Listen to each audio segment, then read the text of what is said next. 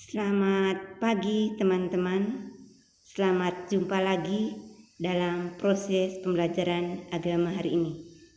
Apa kabar hari ini? Semoga semuanya sehat dan selalu gembira. Yes. Tema pelajaran agama kita hari ini tentang aku bangga sebagai perempuan atau laki-laki. Aku bangga sebagai perempuan atau laki-laki. Kenyataan yang tidak dapat dipungkiri adalah bahwa saat ini kamu seorang perempuan atau laki-laki. Kamu tidak lagi dapat meminta kepada siapapun, termasuk kepada kedua orang tuamu, untuk dilahirkan kembali dalam keadaan yang lain. Kenyataan ini bukan semata-mata takdir, melainkan anugerah dan kasih Allah bagi dirimu masing-masing. Anugerah dan kasih itu adalah bahwa kamu telah ditetapkan sejak semula oleh Tuhan untuk menjadi seorang perempuan atau seorang laki-laki. Untuk menjadi seorang perempuan atau seorang laki-laki. Dan telah diciptakan Allah yang sangat baik adanya dan sangat indah. Masing-masing dari kamu tentunya mempunyai kekhasan dan kekhususannya yang tidak dimiliki oleh orang lain. Kamu mempunyai kekhasan dan kekhususannya yang tidak dimiliki oleh orang yang lain. Maka patutlah kamu merasa bangga dengan dirimu. Bangga dengan dirimu. Allah itu memang luar biasa. Teman-teman, apa jadinya jika di dunia ini hanya ada manusia perempuan saja? Atau hanya manusia laki-laki saja? Tetapi kenyataan yang tidak dapat disangka adalah bahwa sejak semula Allah telah menciptakan manusia, menciptakan kita baik perempuan maupun laki-laki. Apakah masing-masing pribadi, perempuan dan laki-laki itu menempatkan secara benar dalam berelasi satu dengan yang lain? Ini menjadi pertanyaan refleksi bagi kita di awal. Nah teman-teman, supaya kita lebih memahami tentang perempuan dan laki-laki yang berbeda tetapi saling membutuhkan dan saling melengkapi, mari kita mendengarkan sebuah kisah tentang Tuhan menciptakan pria dan wanita. Tuhan menciptakan laki-laki dan wanita. Sebuah cerita rakyat mengisahkan bahwa manusia, laki-laki dan wanita pertama diciptakan Tuhan dari sebatang pohon. Pohon kehidupan. Menurut cerita itu dikisahkan bahwa pada suatu hari ketika matahari sedang terik-teriknya, badai bertiup kencang, sungai-sungai dan lautan bergemuruh. Tuhan menebang sebatang pohon dan dari batang pohon itu Tuhan memahat dan mengukir sosok tubuh manusia laki-laki sesuai gambaran yang berada pada pikiran dan hatinya. Tuhan bekerja keras untuk memahat dan mengukir bakal sosok tubuh laki-laki itu karena sebatang pohon itu banyak urat dan mata kayunya.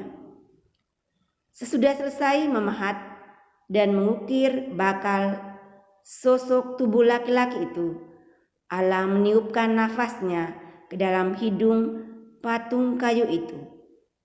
Maka terciptalah manusia laki-laki yang pertama, kuat, kokoh, tegap dan perkasa. Sesudah itu Tuhan melihat bahwa tidak baik hanya menciptakan manusia sejenis, laki-laki saja. Maka Tuhan menciptakan manusia yang lain yaitu manusia wanita, supaya keduanya dapat saling melengkapi. Ketika hendak menciptakan manusia wanita, Tuhan tidak menciptakan wanita dari batang pohon, tetapi dari daun-daun dan bunga-bunga pohon yang dipakai saat menciptakan laki-laki.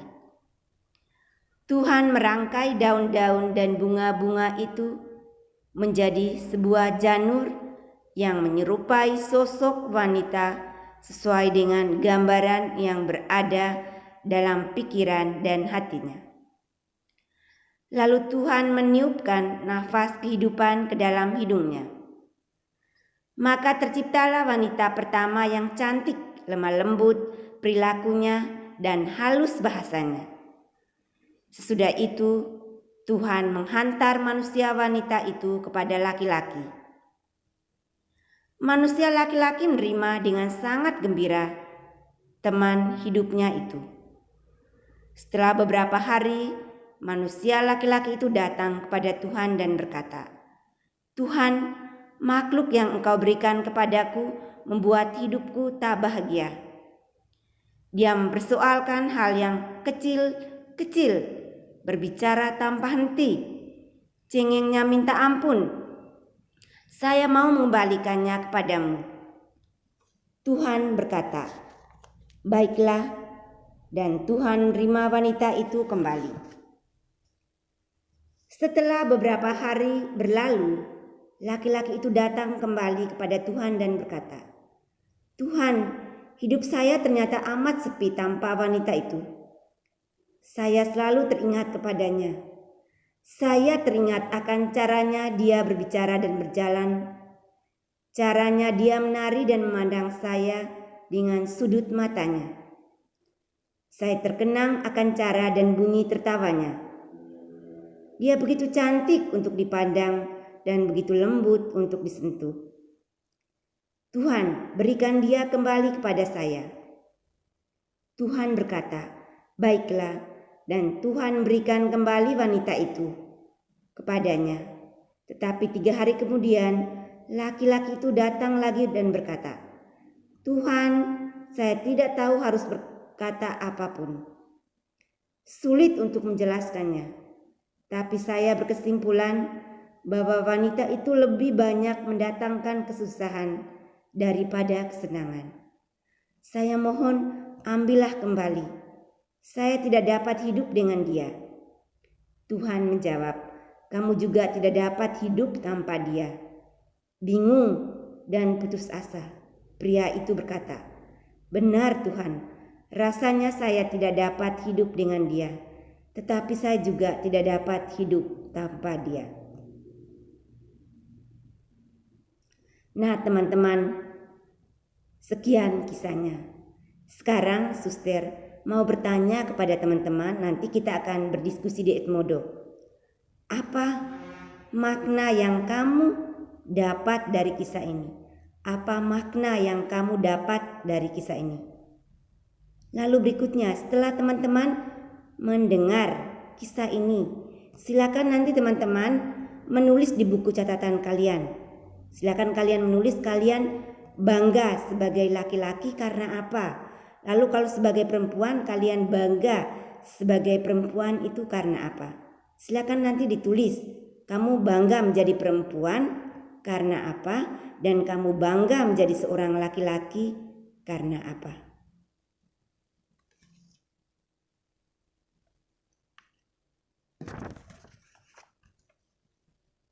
Nah, tadi teman-teman sudah mendengar kisah tadi. Nah, apa kesan dari cerita tersebut? Lalu, adakah bagian-bagian tertentu yang tidak kamu setujui? Lalu apa alasannya? Lalu apa kekasan yang ada pada pribadi laki-laki dan perempuan yang terungkap dalam cerita tadi? Adakah yang tidak kamu setuju? Kalau kamu tidak setuju, mengapa? Dan kalau setuju, mengapa? Lalu apa pesan yang kamu peroleh dari pembahasan kisah tadi? Apa pesan yang kamu dapatkan dari pembahasan kisah tadi? Nah, jangan juga kalian lupa menulis kalian bangga sebagai perempuan atau bangga sebagai laki-laki itu karena apa? Nah, sekarang teman-teman, kita akan melihat pandangan kitab suci tentang perempuan dan laki-laki. Pandangan kitab suci tentang perempuan dan laki-laki. Ini bisa teman-teman baca dari Kejadian bab 1 ayat 26 sampai 27, dilanjutkan bab 2 ayat 18, lanjut ayat 21 sampai 23. Silakan dibuka kitab sucinya. Yang tidak punya kitab suci, silakan kalian melihat di Google. Ya, silakan melihat di Google. Allah menciptakan kita manusia laki-laki dan perempuan, dan kepada kita masing-masing dilengkapi dengan kebaikan dan keindahan. Dilengkapi dengan kebaikan dan keindahan di dalam diri kita masing-masing. Semua itu baik adanya. Allah memberkati dan mengasihi keduanya, laki-laki dan perempuan. Mereka begitu berharga di mata Allah. Kenapa Allah memberkati dan mengasihi keduanya itu? Karena mereka begitu berharga di mata Allah.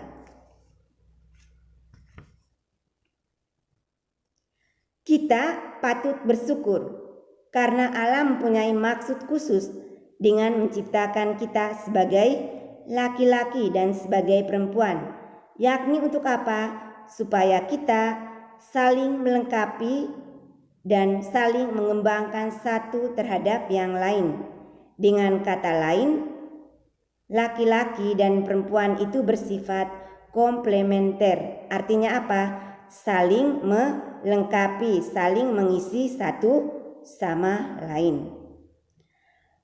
Mereka saling membutuhkan dan saling tergantung satu sama lain. Laki-laki tidak dapat hidup tanpa perempuan, dan sebaliknya perempuan juga tidak bisa hidup tanpa laki-laki. Kita saling melengkapi dan mengisi satu sama lain. Kita patut bangga terhadap anugerah yang melekat pada diri kita masing-masing. Kita juga harus mensyukuri.